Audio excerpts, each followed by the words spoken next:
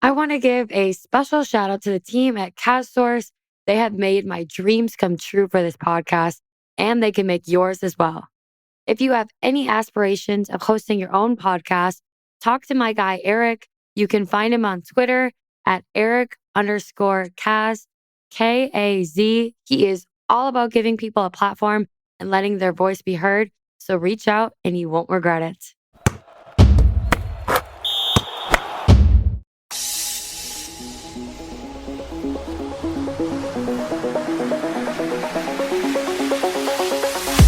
Hello, everyone, and welcome to From the Players podcast, where I am here for all of you past, present, and future players. This is a place where we keep it real and hear from athletes on who they are beneath the jersey and off the field. Without further ado, I am Sydney Supley. I am your host. From the Players is presented by Sports Entrepreneur and part of the CastSource Podcast Network. Welcome back to From the Players podcast. I am your host, Sydney Supley, and I am so excited to be back with you all. It has been too long of a break. I have been on the football field way too much, but it has been a blast, and I'm going to have to tell you guys more about that later, but we had to hop back on the podcast because I have two very special guests. Let me tell you, if you're tuning in, you have to stay through because this story is absolutely incredible and not one that you hear often in sports. So with me, I have two softball players from Ball State. I have Emma Eubank and Hannah Dukeman. Thank you both for coming on the podcast. Thank you for having us. Yep, thank you for having us. Absolutely. And let's get started because what you two are doing is absolutely amazing just for our sport, but really just in life in general.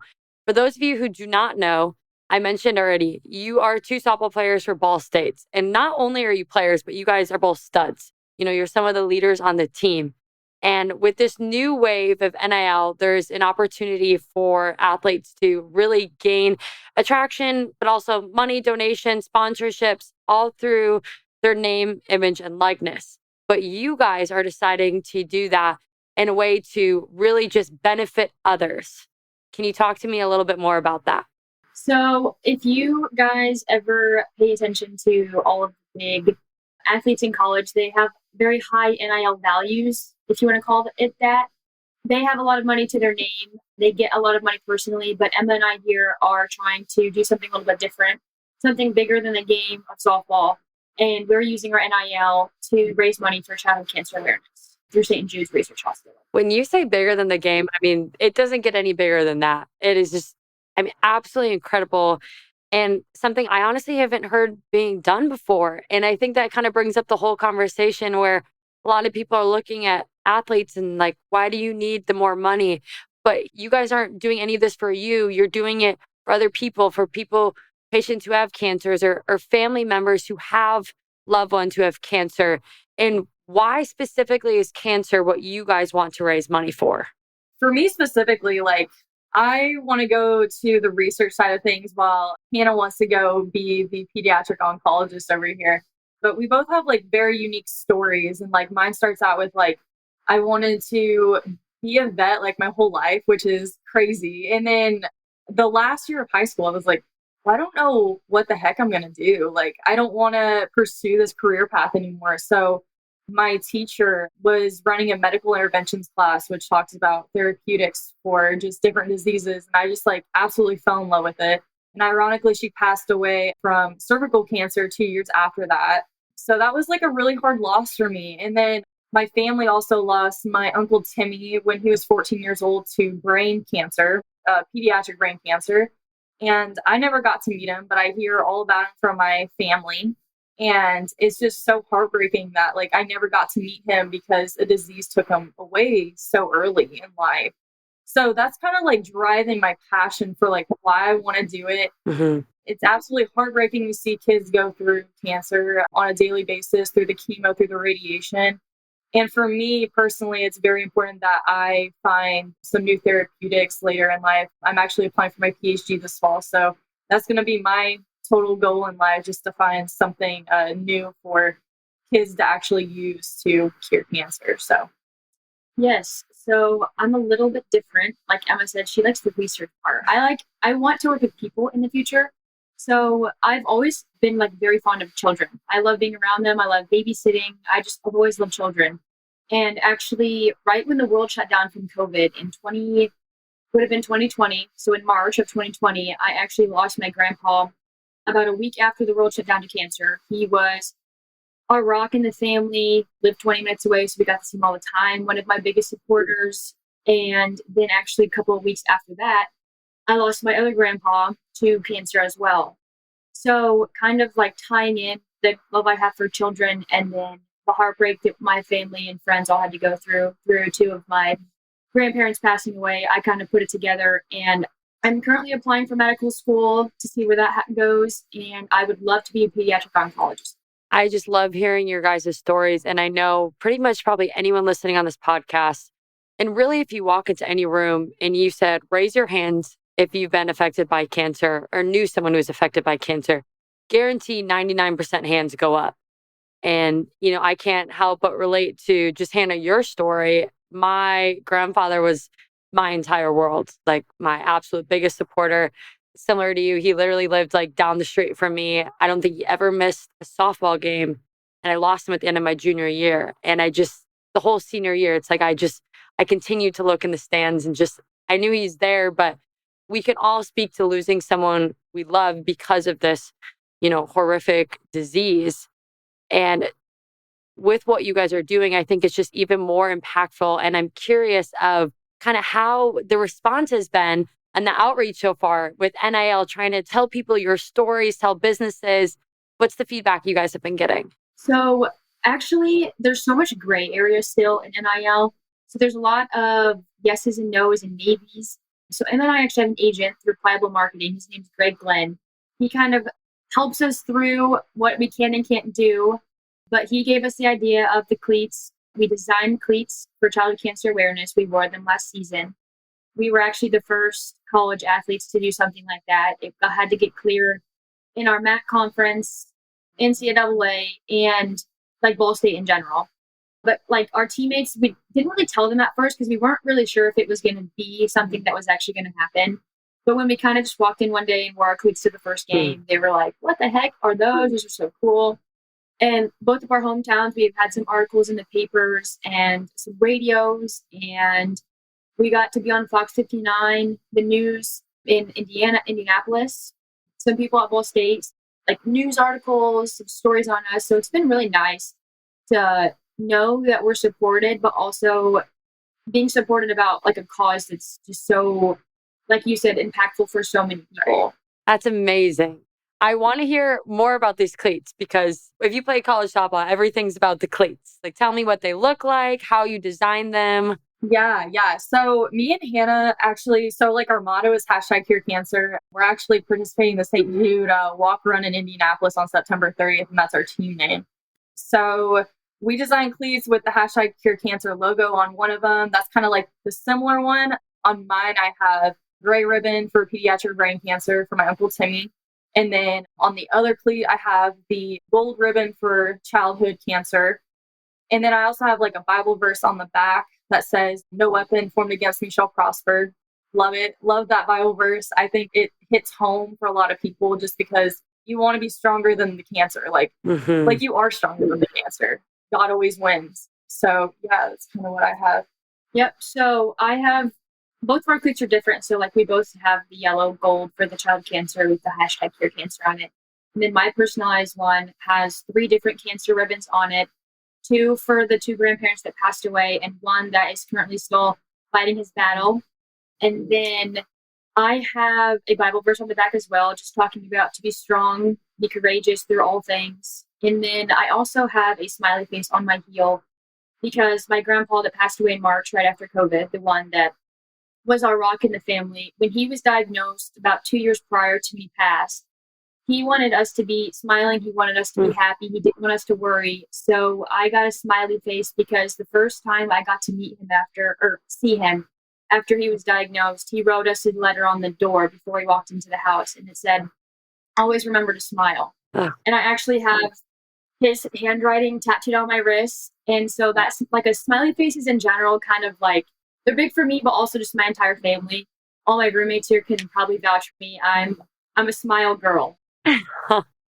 I love that. And I can tell and what a beautiful message and just such a tribute to who your grandfather is. It just someone could be battling such, a tough battle, but to still find so much joy in life and just want joy for others, I think is absolutely tremendous.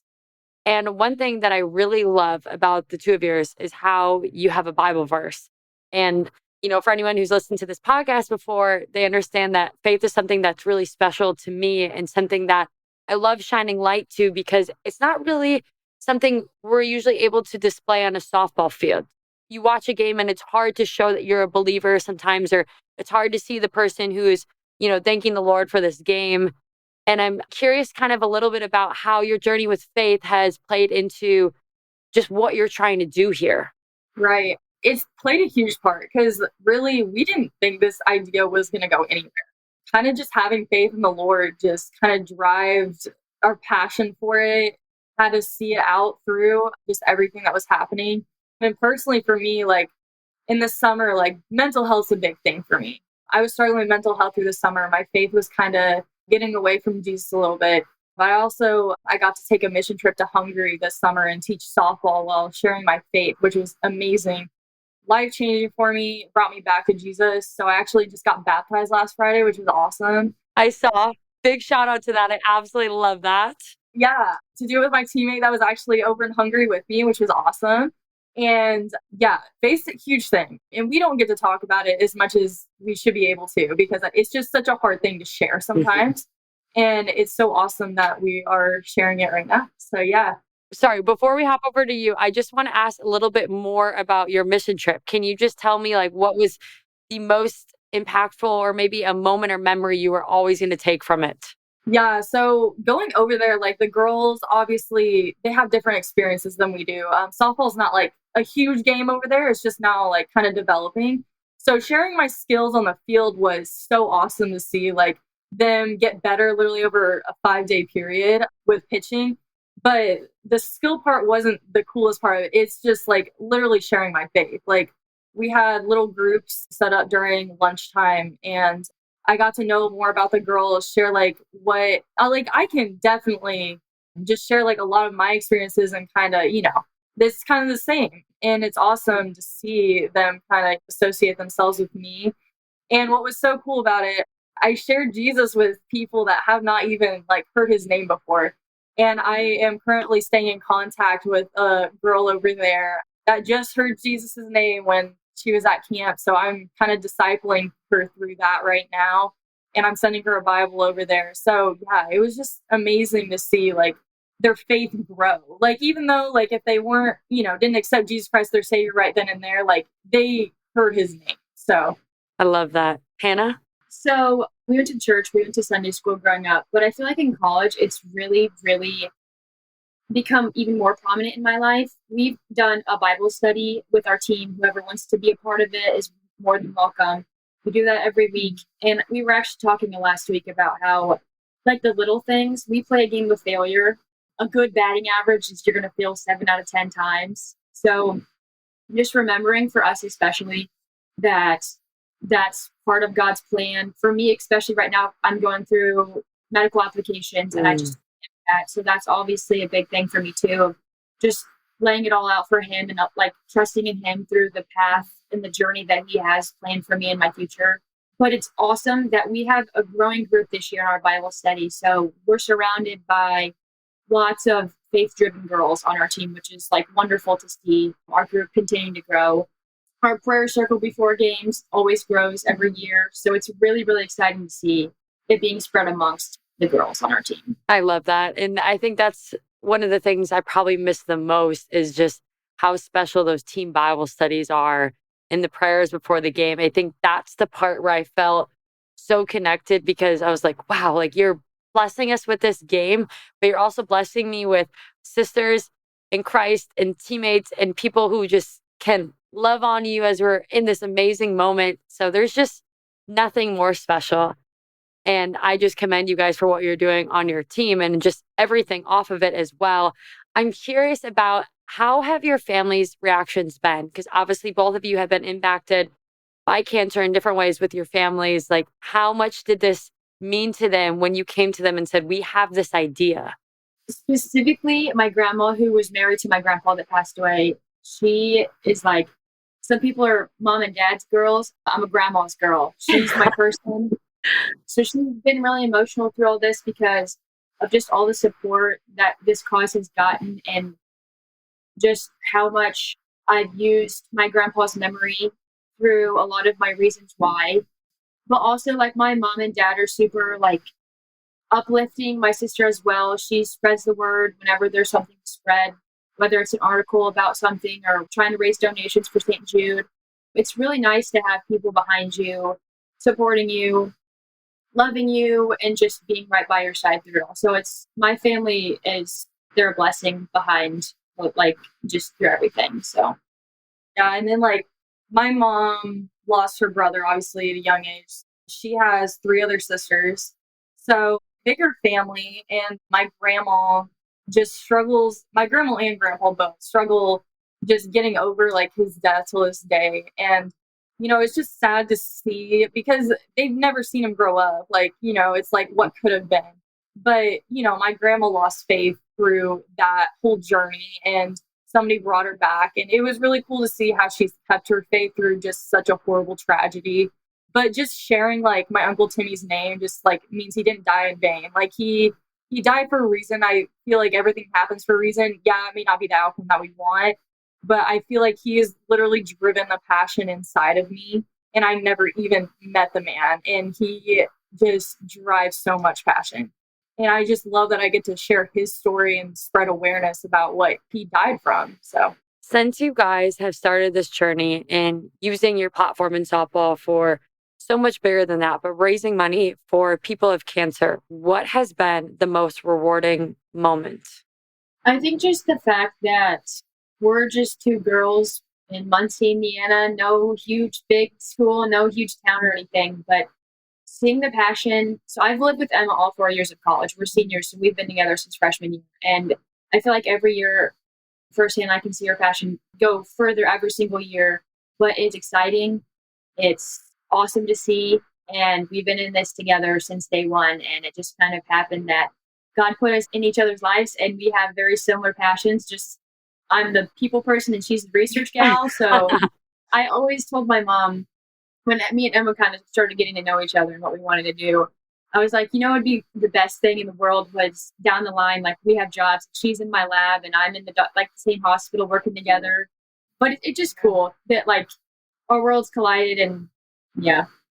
and like it's just so rewarding to see like I don't know, just everybody come together for like one thing that affects everybody. That has been so rewarding, so cool to see because cancer does affect everybody in some way, shape, or form. And just seeing everybody connect on that level is just amazing. You said something, Hannah, that I really wanted to touch on. The fact that you still play at Ball State, let me remind you, Division 1, very incredible school. But you say, we're from a smaller town.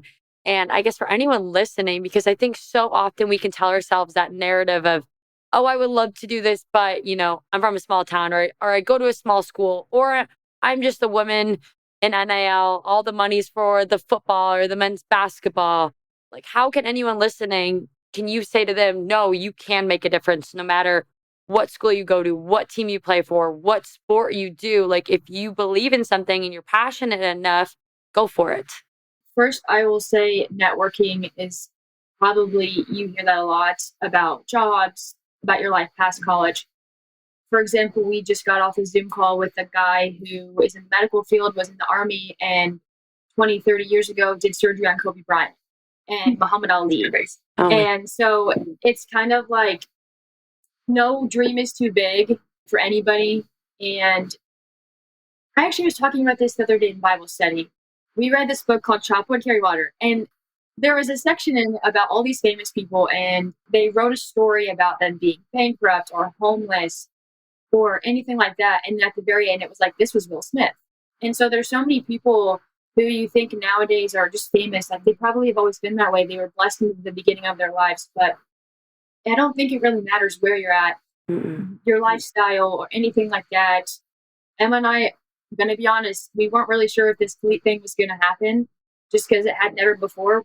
Not that we didn't want it to happen. It was just kind of like a big thing that we didn't know was going to, and we made it happen through networking, through a lot of connections, reaching as many people as possible. But I think anything is possible no matter where or who you are. Well, and it's like shooting your shot. Like, just shoot your shot. Just see what happens. Like, what's the worst that can happen? Like, it doesn't work. Try again. That's kind of like what we did with the cleats. Like, we're like, we're just going to shoot our shot and see where it goes. And it's been amazing. So, yeah, just shooting your shot and doing what you want and taking full pride of like your passion. Just do it. When you say it's never been done before, I just want to clarify this. Are you guys the very first ever softball players to ever have customized cleats in like Division 1 by NCAA? I think so. Greg, our agent, threw us the idea and was like, but it'll have to be cleared at Ball State. It'll have to be cleared at the MAC, which is our conference. And then it'll also have to be passed at NCAA. And I'm pretty sure from what he was saying, nobody, like in NFL, like the pro, you do see custom athletes.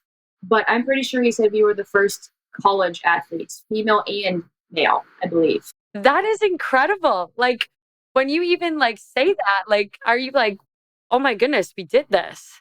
It's kind of weird to think about, awesome. but yeah. Yeah.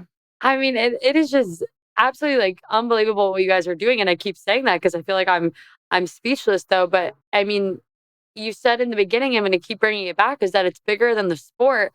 And I think that's the beautiful thing about softball is all of the amazing people that are within the sport. And have you kind of felt the love from people within the sport and the softball community kind of wrap their arms around you and help promote this? Yeah, I mean, like our team has been like a huge support. Our coaches like repost all of our stuff that gets sent out. It's just been amazing. And our whole school, like our athletic department, they've just been amazing through this process as well. They've tried to share our stories through articles, through interviews. So that's been amazing because we're trying to raise awareness and funds. So, but mainly raise awareness. I mean, everybody like knows about cancer, but like really like we need money for therapeutics. We need more just better medicine out there that won't kill like your healthy cells with your cancer cells to make it worse. I also think Emma and I are both from small towns. So it's almost like, I think our little small towns of the people that, so we both played high school softball and we were probably stars when we were playing because when you come from a small town, not many people come out and go to college. I had a few, but we're like, you know, the little people kind of just not, I don't want to say look up to us and sound kind of whatever, but I look up to you guys and what you're doing. So yeah, say it. in our hometowns, it's kind of like, we're not, I don't want to say famous, but in a way we're doing something different. So they're kind of like, what the heck? This is awesome. So. Oh, absolutely. I mean, you're doing something amazing and people who know you want to support you. And sometimes it's easier in a small town because, you know, word travels and they watched you all grow up. They remember your faces from when you were on the diamond. So that is just unbelievable. And you both are now headed into your senior year. So kind of what is next? I mean, we're going to get to at the end on what September 30th is and how people can help out with it. But going specifically into senior year, what are you guys looking to do? Yeah, so senior year, academic wise, I'm in a lab or a research lab doing lymphoma cancer research right now, and I'm the head of the cancer project. So getting like to the end of that is crazy because I've been working on this project for 3 years. So I'm hoping to finish it out in the summer and get some data and put in a publication, which is so like crazy to say as an undergrad. But as far as like applying for secondary school, this fall I'm applying for PhD. I didn't decide to go the medical route because like I wanted to be back in the lab, you know, solving it from behind the scenes. So I'm kind of looking at like applying to Vanderbilt. Like the people that like do a lot of cancer research have good funding for it. St. Jude Children's Research Hospital is actually my top one. I would love to go there, especially because we're raising money for it. So that's amazing as well. But they offer a really good PhD program that I would love to get involved in. But yeah. Yep. So aside from softball, we pray for a good season. But aside from that, academic wise, I'm just graduating with my undergrad in pre-med and biology with a minor in chemistry and Spanish. Sorry, I love how you said just before all of that. And then he was like, all these impressive things. Honestly, it sounds a lot like significant than it is because pre-med biology and chemistry are basically all the same thing. So I think doing a double major and then that double minor only added like 3 classes. So It's actually not. I'm still impressed. It's not. But after graduation in May, like I said, in the summer, I was applying for medical schools, probably just somewhere around the Midwest, probably stay close to my family for now. Took the MCAT in July, and then I just took it September 8th, I think. And if anyone ever tries to say the MCAT is easy, it's absolutely one of the hardest things I think I will ever do in my life. But yeah, if that works out, then I'll hopefully attend medical school. If not, I will take a gap year, get some clinical experience in the hospital or doing research, and then try again next year. Oh, I have with full confidence that you will get in and you both are going to thrive within your two different career paths, but really same mission. Okay, now for the part that I'm sure our listeners want to know. But for everyone who has been listening the last almost 30 minutes, has fallen in love with you guys and your story, because how could you not? How can they help? How can they get involved? I understand you also have a very important date coming up on September 30th. Can you tell me a little bit more? Yeah, so on September 30th, there's a St. Jude Walk run located in Indianapolis, Indiana. We created a team called #CureCancer on their website. You can get to it by going to applicablemarketing.com/auction, and then you kind of scroll down and push learn more, and it'll take you to the site. And you can donate through there. You can join our team, which would be awesome. And you can raise your own money. So it'll go towards the team total, which would be awesome. We have a goal of raising $10,000. It's a big goal, but we can reach it.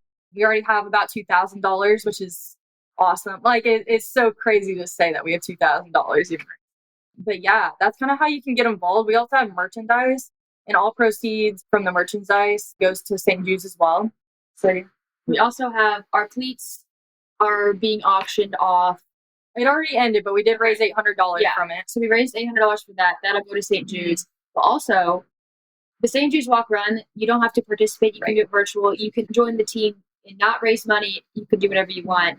Emma and I, if anybody around the Indianapolis area, we will get the opportunity to speak on stage to all of the families and the patients and anybody at the event, kind of tell our story. And then we also have like a little table booth showing our designs for our cleats that we're going to be wearing this upcoming season too.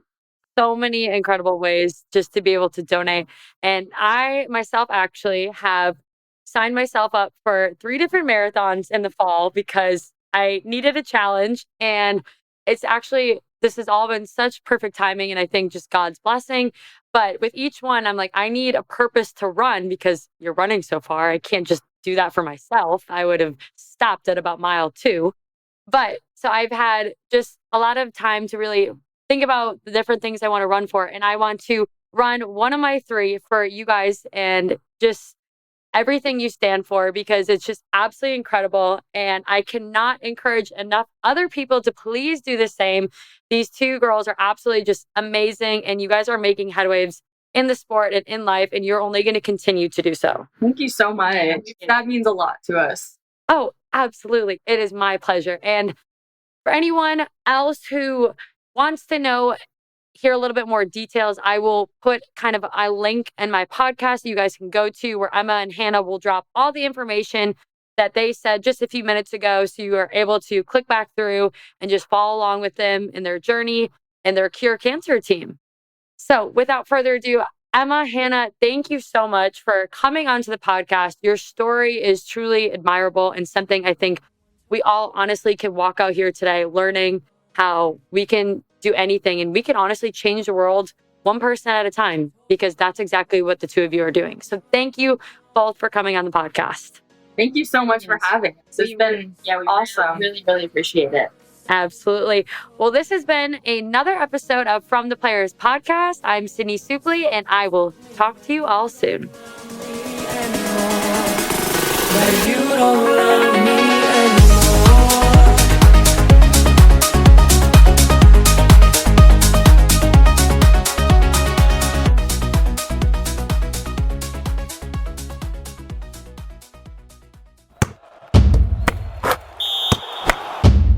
In case you haven't noticed, we love podcasts. In fact, we love building podcasts, everything from development to production. Because of all that, we're building a one-of-a-kind podcast network.